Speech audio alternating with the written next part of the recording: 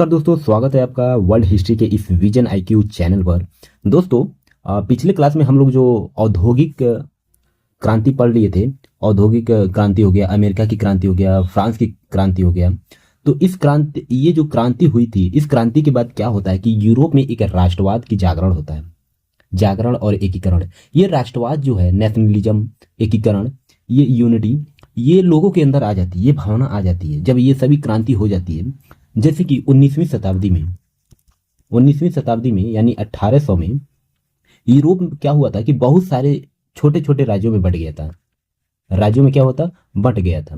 तो ये छोटे छोटे जो राज्य हैं, हर वहाँ के जो लोग थे, वो हर राज्य की अपनी सरकार थी, भाषा थी, संस्कृति थी, नियम कानून था। तो लेकिन धीरे धीरे लोगों को ऐसा लगने लगा, धीरे धीरे क्या होगा कि लोगों को ऐसा लगने लगा कि विचार आने लगा कि एक ही भाषा और संस्कृति, इतिहास वाले लोग एक साथ मिलकर एक राष्ट्र क्यों नहीं बना सकते। तो ये जो विचार है लोगों के अंदर, वो एक जैसे पुनर्जागरण जैसे हुआ था, वैसे यूरोप में ये सब चीज़ों को लेकर हुआ है। क्योंकि फ्रांस की क्रांति हो चुकी थी, इटली की क्रांति जो हो चुकी थी, औद्योगिक क्रांति हो चुकी थी। इन सब चीज़ों से क्या होता है, 19वीं सदी में राज्य छोटे छोटे टुकड़ों में ऐसे राज्य चल रहे थे, उनका अलग अलग नियम था। तो लोगों के अंदर वो सब भावना उत्पन्न होने लगी। तो दोस्तों, एक चीज आपसे रिक्वेस्ट करता हूं कि अभी तक चैनल को सब्सक्राइब नहीं किए हैं तो चैनल को सब्सक्राइब कर लीजिए, और वीडियो पसंद आता है तभी आप वीडियो को लाइक करके अपने दोस्तों के पास शेयर कर लीजिएगा। तो चलिए हम लोग शुरू करते हैं। और इसी विचार को देखिए राष्ट्रवाद कहते हैं। जो लोग थे वो सभी को एकजुट होने के लिए प्रेरित करते थे कि ये जो भाषा है, हम लोग का लैंग्वेज है, कल्चर है, नियम है, सरकार है, क्यों ना हम ये जो छोटा छोटा राज्य है, इन सब राज्यों को मिलाकर एक ही राज्य बना लिया जाए। क्योंकि हम भी तो वही भाषा बोलते हैं, आप भी वही भाषा बोलते हैं, आपका कल्चर वही है, हम लोग की क्रांति जो हुई थी उन सब चीज़ों का कहीं ना कहीं मेल खाता है। तो कहीं क्यों ना ये छोटे छोटे राज्य को मिलाकर एक बड़ी राज्य बनाया जाए जिसमें गवर्नर एक ही हो। तो इस विचार को नेशनलिज्म बोला जाता है, राष्ट्रवाद बोला जाता है। यानी एक साथ एक राष्ट्र को बनाना, मिलकर बनाना, उसको राष्ट्रवाद कहते हैं। देखिए राष्ट्रवाद क्या है कि इसका मतलब, जैसे कि अभी मैंने बताया कि हम सभी एक हैं, चाहे आप हुए, चाहे मैं हूं, चाहे कोई और। हम भारत के लोगों में ये विचार जरूर होता है कि ये जो जितना भारत है ना, इससे भी ज्यादा हम लोग का अगर और ज्यादा आ जाए, ये जो राज्य है और दूसरे फॉरेनर विदेशी राज्य जो हैं, वो जैसे नेपाल हो गया, भूटान हो गया, ये हमारे देश में मिल जाते हैं तो और अच्छा होगा। तो ये जो भावना होती है, एक भाषा, एक पहचान की, एक इतिहास की, एक संस्कृति की, यही राष्ट्रवाद का जन्म होता है। यही क्या होता है, राष्ट्रवाद का जन्म होता है। और ये राष्ट्रवाद यूरोप में आ चुका था, लोगों के अंदर आ चुका था। तो देखिए यूरोप में राष्ट्रवाद कैसे बढ़ा, इन सब चीजों को हम लोग डिस्कस करते हैं। जैसे 1800 के समय में यूरोप दो बड़े बड़े बदलाव हुए थे। 1800 में दो बड़े बड़े बदलाव हुए थे। कौन कौन सा था? जैसे पहला था फ्रांसीसी क्रांति। क्या था? फ्रांस की क्रांति, फ्रांस की क्रांति। और ये क्रांति हुआ था कब? 1789 में हुआ था। 1789 में। यहाँ के देखिए राजा क्या था, जो फ्रांस की जनता थी, राजा को हटाकर लोकतंत्र यानी जनता की सरकार बनाई थी। अपनी लोकतंत्र में एक सरकार बनाई थी। जो फ्रांस के वहां राजा था, तो जनता ने उसको जबरदस्ती हटा दिया था। जबरदस्ती हटाकर एक खुद की सरकार बनाई थी, जिसको जनता की सरकार बोलते हैं। जनता की सरकार जब बनती है तो उसको क्या बोलते हैं? उसको लोकतंत्र बोलते हैं। क्या बोलते हैं? लोकतंत्र, लोकतंत्र बोलते हैं। ठीक है, इसकी शुरुआत हो चुकी थी, फ्रांस से ही शुरुआत हुई थी। इसने पूरे यूरोप में एक संदेश जैसे भेज दिया कि देखिए भैया, ये जो जनता है ना, वो अगर चाहे तो वो अपनी खुद की सरकार बना सकती है। और ये पूरे यूरोप में बहुत ही आगे की तरफ फैल गया ये इस संदेश को कि जनता अब कुछ भी कर सकती है।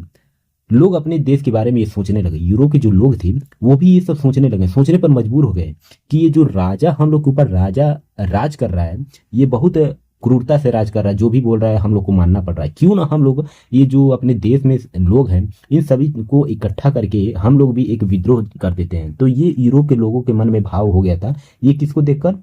फ्रांस की क्रांति को देखकर ये भाव हो गया था। और दूसरा जो बदलाव हुआ था 1800 में यूरोप में, ये हुआ था नेपोलियन युद्ध। नेपोलियन युद्ध हुआ था 1800 में। 1800 की शुरुआत में हुआ था ये। नेपोलियन ने यूरोप के कई हिस्सों को जीत लिया था। ये जो नेपोलियन है, यूरोप के कई हिस्सों को कई हिस्सों को क्या कर लिया था, जीत लिया था। ठीक है। और वो नया नया नया व्यवस्था वहां पर लाता था, नया नया मैनेजमेंट लाता था, नया नया टैक्स लगाता था। तो इन सब चीजों से क्या हो गए थे, वहां के लोग उब गए थे इस चीज को लेकर। इन लोगों को लगा कि वो सब एक ही जैसे हैं, जो भी राजा आ रहा है सब एक जैसे हैं, इसमें कोई चेंजेस नहीं हो रहा है। लेकिन साथ में ये भी उनको समझ आ गया था कि ये जो हो रहा है, अगर हम लोग चाहें तो एक मिलकर खुद देश एक बना सकते हैं, खुद मिलकर एक देश बना सकते हैं। तो ये जो यूरोप में राष्ट्रवाद का ऐसे मतलब जन्म होता है, ये जो दो बड़े बदलाव हुए थे, फ्रांस की क्रांति और नेपोलियन युद्ध, ये राष्ट्रवाद को जन्म देता है। देखिए मुख्य देश राष्ट्रवाद से एकीकरण कैसे होता है, जो भी देश था। अब हम उन देशों की बात करते हैं जो राष्ट्रवाद की भावना उत्पन्न करती है, राष्ट्रवाद की भावना, यूनिफिकेशन की बात करती है, यानी एकता की जन्म देती है। एकता कैसे हुई, तो पहला नंबर पर आता है इटली का एकीकरण। देखिए इटली का एकीकरण में इसकी समस्या क्या थी कि 19वीं सदी में इसकी शुरुआत इटली में होता है और ये 7 अलग अलग राज्यों में बटा हुआ था। तो 7 अलग अलग राज्यों में क्या हुआ था, ये बटा हुआ था। ये जो इसकी शुरुआत हुई थी वो अलग अलग राज्यों में, 7 राज्यों में ये बटा हुआ था। इनमें से जो सबसे शक्तिशाली जो राज्य था वो था सार्डिनिया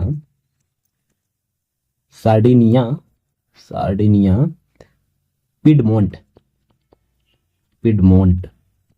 तो उनमें से एक शक्तिशाली जो था उनमें था वो सार्डिनिया पिडमोंट राज्य था। सार्डिया पिडमोंट राज्य था। 7 अलग अलग राज्यों में ये इसकी शुरुआत हो गई थी इटली का एकीकरण वाला। तो इसका जो नेता की बात करें, लीडर कौन कर रहा था, तो पहला जो नंबर पर आता है वो है ज्यूसेपे मैजनी।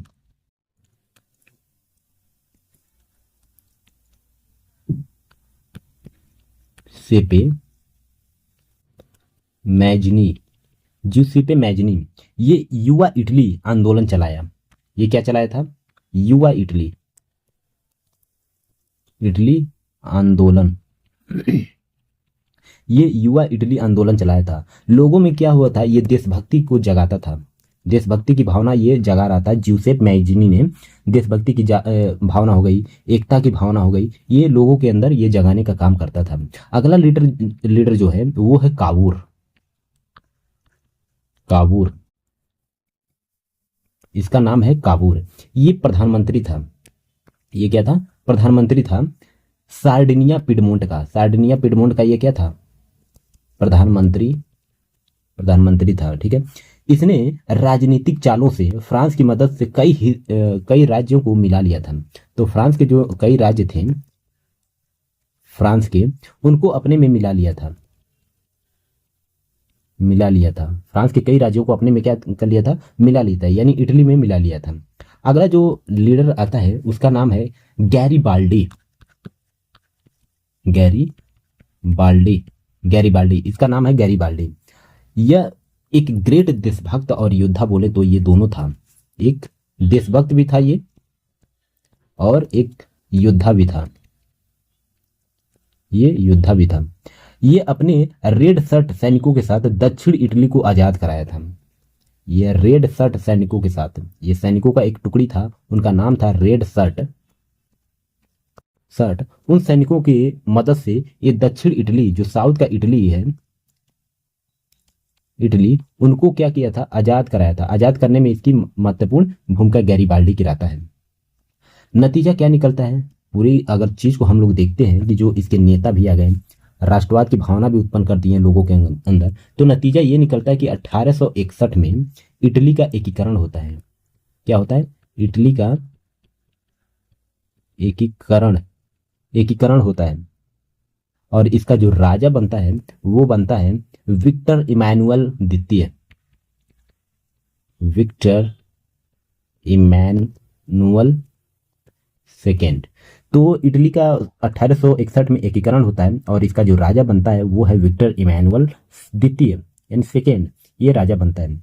अगला जो हम लोग यूरोप में देखते हैं वो है जर्मनी का एकीकरण। दोस्तों ये जर्मनी का जो यूनिफिकेशन है, इसकी समस्या क्या थी कि ये जर्मनी 39 राज्यों में बटा हुआ था। कितना, 39 राज्यों में ये बटा हुआ था। छोटे छोटे राज्य थे, 39 राज्य थे। इन सब में सबसे शक्तिशाली जो राज्य था वो था प्रशा, जिसको पर्शिया भी बोलते हैं। क्या था, पर्शा। जिसको पर्शिया भी बोलते हैं। पर्शिया का नाम आप बहुत सुने होंगे। इसके जो लीडर्स थे उनमें से था ओटो वॉन बिस्मार्क, एक लीडर का नाम था जिसका नाम था वोटो वॉन बिस्मार्क। वोटो वॉन बिस्मार्क था। ये पर्शिया का क्या था, प्रधानमंत्री था। प्रधानमंत्री था ये पर्शिया का क्या था, प्रधानमंत्री था। और इसने ही ब्लड एंड आयरन का नीति पॉलिसी अपनाया था। किसका, ब्लड एंड आयरन, आयरन का ये पॉलिसी को अपनाता है। ठीक है। अब ये जो 3 युद्ध हुए थे, कौन कौन से, डेनमार्क का, ऑस्ट्रिया का, फ्रांस के खिलाफ, तो ये तीनों युद्ध के बाद क्या होता है, राज्यों को एक करता है। इसका एक करने में इसका बहुत बड़ा योगदान रहता है। और ये जो युद्ध हुए थे, जैसे डेनमार्क का हो गया, डेनमार्क हो गया, ऑस्ट्रिया हो गया और फ्रांस के खिलाफ जो युद्ध हुआ था, इन तीनों युद्ध के जरिए क्या किया था, उन राज्यों को किसमें, जर्मनी में मिलाया था। कौन मिलाया था, वोटो वॉन बिस्मार्क ने मिलाया था। तो नतीजा क्या निकलता है कि जो इटली का ये नेता था, ये सबसे इंपॉर्टेंट नेता इसको हिस्ट्री में माना जाता है। और 1871 को जर्मनी क्या हुआ, एकीकरण हो गया। जर्मनी का क्या हुआ, जर्मनी का एकीकरण होता है, यूनिफिकेशन होता है, यूनिफिकेशन। और जर्मनी का जो अगला राजा बनता है वो बनता है कैसर। तो ये राजा बनता है कैसर। ठीक है। अब इसका देखते हैं कि ये जो नेशनलिज्म है ये क्या प्रभाव पड़ता है। प्रभाव इसका थोड़ा देख लेते हैं, क्या इफेक्ट पड़ा है। लोगों में देश की प्रति क्या होता है, गर्व करने लगे। जो एकता की भावना है ये जाग गई थी लोगों के अंदर, ये सभी आपको लिखना है। अब जो राजतंत्र है, यानी राजाओं की जो सरकार है, राजा जो अपनी सरकार चलाते थे, ये यहाँ पर राजा हुआ, राजा जो सरकार चलाते हैं उनकी जगह क्या हो गया, लोकतंत्र आ गया। लोकतंत्र, डेमोक्रेसी आ गया, यानी जनता की इसमें भागीदारी डायरेक्ट होने लगी। तो डायरेक्ट किसकी भागीदारी होने लगी, जनता की डायरेक्ट भागीदारी, मांग इसकी बढ़ गई थी। तो ये था राष्ट्रवाद का प्रभाव। और जो आधुनिक राज्य थे, नेशन स्टेट, उनका जन्म हुआ, जैसे जर्मनी हो गया, इटली हो गया, मतलब अलग अलग आधुनिक आज के टाइम में जो राज्य हैं उनका जन्म होता है। जैसे जर्मनी हो गया, इटली हो गया, तो इनका नए नए राज्यों का जन्म होता है। तो कंक्लूजन हम लोग पूरा देखते हैं कि होता क्या है इस राष्ट्रवाद से। क्या होता है कि यूरोप में राष्ट्रवाद की भावना छोटे छोटे राज्यों को एक करना होता था। उनमें जो जनता ने अपनी अहम भूमिका निभाई थी। ये सिर्फ एक राजनीतिक आंदोलन नहीं था, बल्कि लोगों के दिलों में एक क्या थी, पहचान थी, संस्कृति, स्वतंत्रता, एकता, ये सब उन चीज़ों को लेकर चलती थी कि जो हम लोग छोटे छोटे राज्यों में बटे हुए हैं। हमारे ही देश के, मतलब अगर देख लीजिए कि ये मान लीजिए झारखंड है, ये झारखंड में पूरा मान लीजिए आदिवासी बोला जाता है, और ये बिहार है भोजपुरी बोला जाता है। तो ये बिहार के ये जो जगह है पूरा भोजपुरी बोला जाता है, लेकिन कुछ ऐसी जगह ये आदिवासी बोला जाता है। तो इनमें राष्ट्रवाद की भावना ये जगी थी यहाँ के लोग, झारखंड के, कि क्यों ना हम इस यहाँ के जनता को भी अपने में मिला लेते हैं, क्योंकि ये भी आदिवासी बोलते हैं, इनकी कल्चर सेम है। तो ये ऐसे ही एकीकरण हुआ था, ये यूनिफिकेशन हुआ था यूरोप में। तो उम्मीद करता हूँ कि इस वीडियो से आपको पूरी तरह से समझ आ गया होगा कि यूनिफिकेशन क्या होता है, यूरोप में जो राष्ट्रवाद आया था वो क्या है। तो आई होप कि ये चैनल को सब्सक्राइब जरूर कर लिए होंगे। वीडियो अच्छा लगता है तो वीडियो को लाइक करके अपने दोस्तों के पास शेयर कर लीजिए। तो चलिए मिलते हैं नेक्स्ट लेक्चर में, तब तक के लिए जय हिंद, जय भारत।